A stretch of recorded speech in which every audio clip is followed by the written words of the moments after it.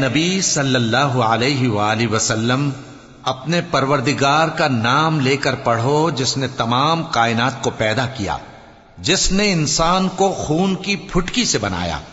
پڑھو اور تمہارا پروردگار بڑا کریم ہے، جس نے قلم کے ذریعے سے علم سکھایا اور انسان کو وہ باتیں سکھائیں جن کا اس کو علم نہ تھا، مگر انسان سرکش ہو جاتا ہے اس بنا پر کہ وہ اپنے آپ کو بے نیاز سمجھتا ہے۔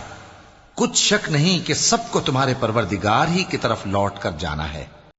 کیا تم نے اس شخص کو دیکھا جو منع کرتا ہے، یعنی ایک بندے کو جب وہ نماز پڑھنے لگتا ہے؟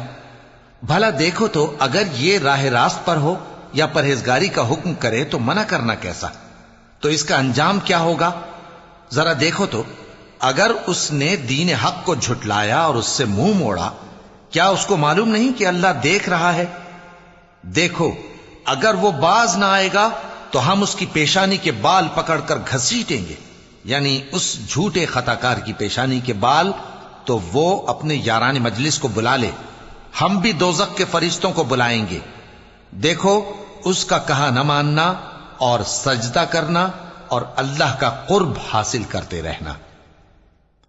چونکہ آیت سجدہ تلاوت کی گئی ہے لہذا سامعین پر سجدہ واجب ہے۔